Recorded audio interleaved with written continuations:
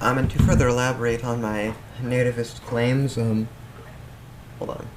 You can hear the, notification sound going off on my phone. It's because I'm in this group chat, and they keep spamming, so just try to ignore the notification sound. But to further elaborate on my nativism, it's that I'd say that in America, the Anglos of America fought and conquered this land, and that we gained the right to call it our own in doing that. And I'd say that the American Indians and the Italians and the Germans, they simply walked on to this land. They simply stumbled onto here from Central Europe, from Siberia, from Italy, and I'd say that it's not truly American to walk here, to come here on a boat or a plane. It's to fight for this land, you know? I mean, I guess technically these English and Dutch settlers did come here on boats, but, you know, it wasn't just that we walked onto this land, we claimed it as our own, we demographically replaced the American Indians over hundreds of years by simply living on their land. No, we fought and we conquered and so forth, and now we are the majority, or at least we were before the Germans and the Italians took over. But that's besides the point.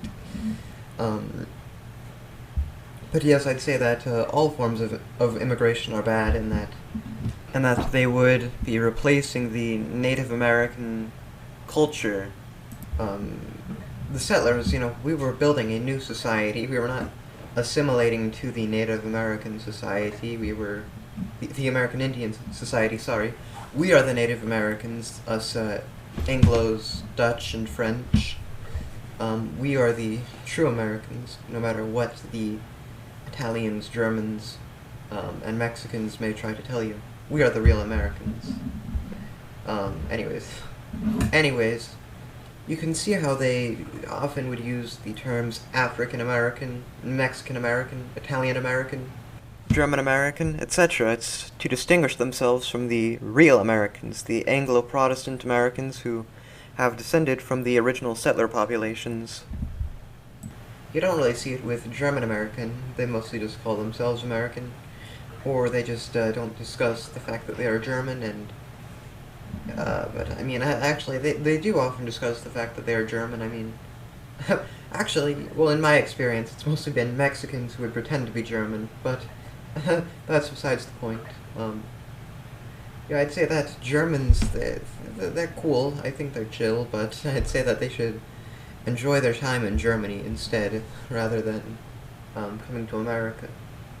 Because Germany, I'd say that even if you want to make the argument that Germany was politically unstable and such while they came here, well, I mean, it's stable now, Italy is stable now, and that if all of the Italian Americans were to go back to Italy, then Italy would be much better off demographically, as they have been somewhat invaded by non-Italians, and I'd say that that's also a shame. Because in saying this, I'm not being against Italians or Germans. I'm saying that that Italy should be for Italians, and Italians should be for Italy, and that Germany should be for Germans, and that Germany should be for Germans, and, you know, is what I'm saying, you know.